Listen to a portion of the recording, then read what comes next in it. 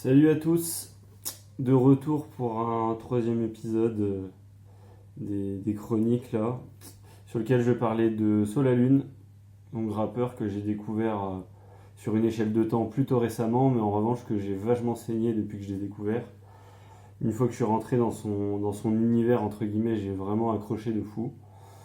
Donc voilà, pour ceux qui connaissent pas Solalune, et surtout pour parler de son dernier album, hein, en l'occurrence Fissure de vie, qui arrive après un long rush que je vais expliquer, sur lequel je vais revenir aussi.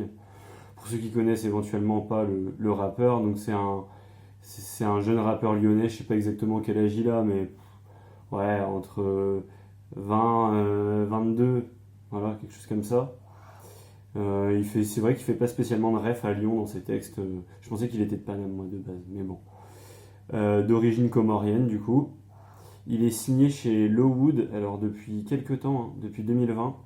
Lowood, c'est un label peu connu, mais c'est eux en fait qui ont en quelque sorte relancé Attic, qui faisait du rap depuis longtemps, mais qui n'avait pas vraiment réussi à trouver son public, etc. Et donc voilà, label intéressant, je trouve. Et avec lequel il a sorti rapidement un album, Tsuki, que j'ai pas écouté en revanche, cet album-là, Tsuki, et qu'il faudrait que j'écoute à l'occasion.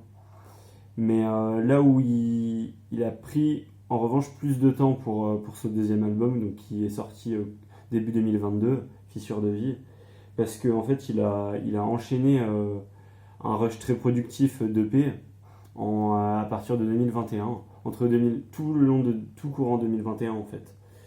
Et ça va lui permettre de se faire pas mal connaître et de se diversifier dans ce qu'il propose, et enfin en tout cas à mon sens. Il en a sorti, alors c'est des EP 4-5 titres, hein, c'est pas des 8 titres, mais il a sorti Theia au départ, après Satellite Naturel, Orbit, donc toujours dans ce délire espace, planète, Solar Lune, quoi, c'est dans son nom un peu aérien. Orbit, ouais, qui contient le single Rodé, donc je pense qu'il doit être son titre le plus connu à l'heure actuelle. Après, il y avait Apollo 11, et ensuite, pour nous mener jusqu'à l'album, Fissure de vie, donc là il parlait des failles dans le cœur, et du coup il y avait première, deuxième et troisième faille, et le tout en plus ponctué avant la sortie de certains EP, pas tous, mais en gros quasiment tous, de freestyle en plus, annonçant la sortie des projets, enfin bref, il y a eu matière quoi. Et il y a eu pas mal de titres que j'ai kiffé dans ces EP là, et c'est grâce à ces titres là que je suis vraiment rentré dans le délire de So. On peut prendre Lune City, Seven Up, Sorcier, Rodé, Kerlanta ou Tsukites par exemple. Et ce que j'ai bien kiffé aussi, c'est que je me suis vraiment ressenti j'ai pas mal ressenti la vibe de So grâce au clip justement. Ça permet de mettre une image sur le gars, etc. Je trouvais que la DA générale en fait avec les EP, etc. Tout était vachement cohérent et ça permettait vraiment de bien s'imaginer et de bien s'imprégner de son univers en fait. Et donc voilà, je pense que c'est ce qui lui a permis aussi en quelque sorte de se créer une fanbase, même si c'est à son échelle. Mais mine de rien, je crois que Rodé, il a plus d'1 million de streams sur Spotify. Bon, après, moi, je l'écoute pas mal d'émissions, mais je l'ai vu tourner ce son, quoi. Donc, franchement, bien. Donc, ça permet d'expliquer un peu dans quel contexte est-ce qu'il sort ce deuxième album. Le premier, il me semble, était sorti vraiment suite à sa signature du label. Et là, on sent qu'il y a tout un travail de préparation pour nous mener jusqu'à l'album. Enfin, en tout cas, c'est comme ça que je l'interprète, moi. C'est un peu, ouais, comme j'ai écrit, c'est un peu le bouquet final de ce rush d'EP, voilà. Et So, ouais, So, je l'appelle un peu, c'est un peu un défibrillateur, dans le sens où il a une voix hyper puissante, qu'ils osent, je pense, au mix après, pousser vraiment au max. Il a aussi, au niveau des instrus, vachement de mélodie, donc ça t'attrape vachement vite quoi. C'est un rap un peu défibrillateur dans le sens où il y a vachement d'émotions balancées d'un coup. Il a une voix un peu criarde en plus, donc voilà. Et c'est un mec ouais, qui est assez miroir quoi, qui parle de l'environnement dans lequel il évolue, du rapport qu'on a tous à l'argent, du rapport aussi au cœur, d'humain à humain, des relations hommes-femmes, etc. Donc des sujets qu'on pourrait qualifier de relativement classiques de base. Et donc voilà.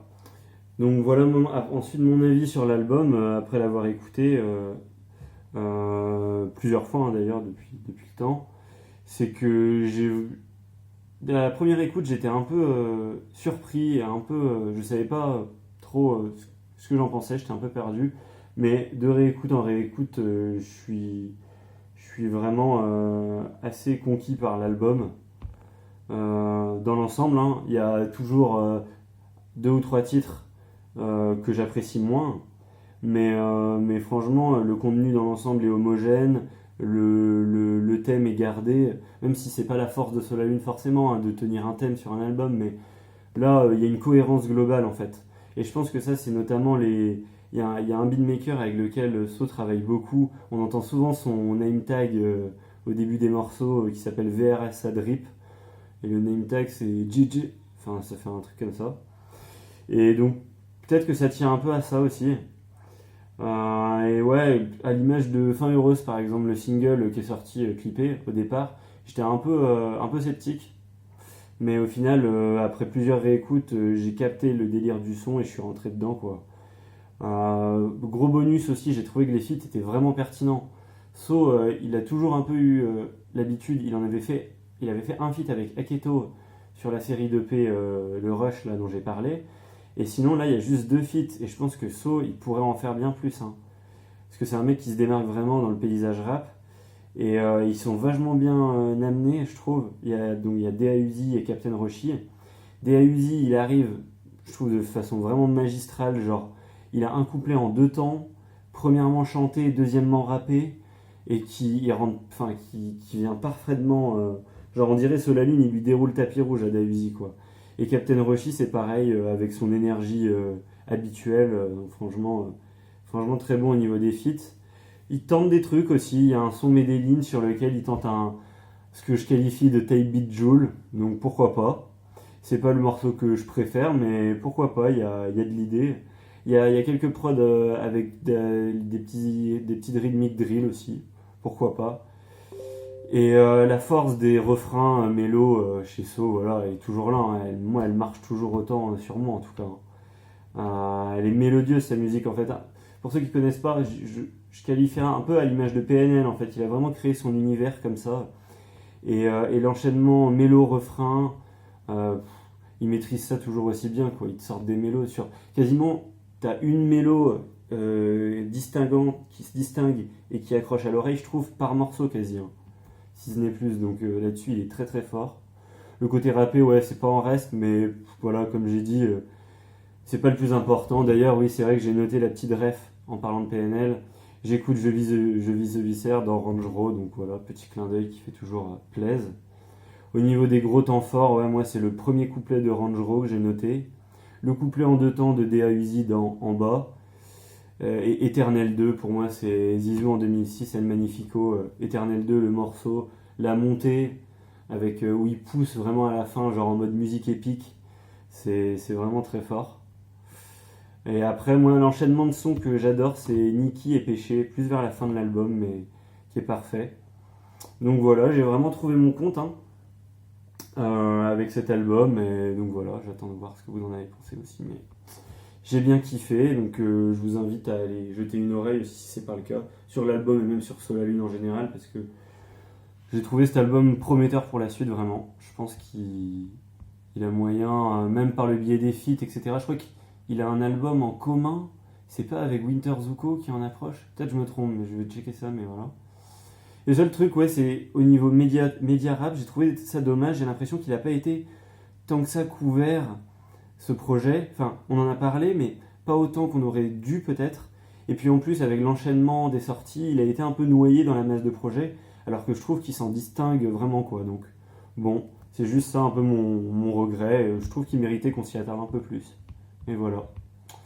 Donc voilà, merci à So pour les travaux. Et puis on attend la suite avec impatience. Ciao, bonne semaine et puis à la prochaine.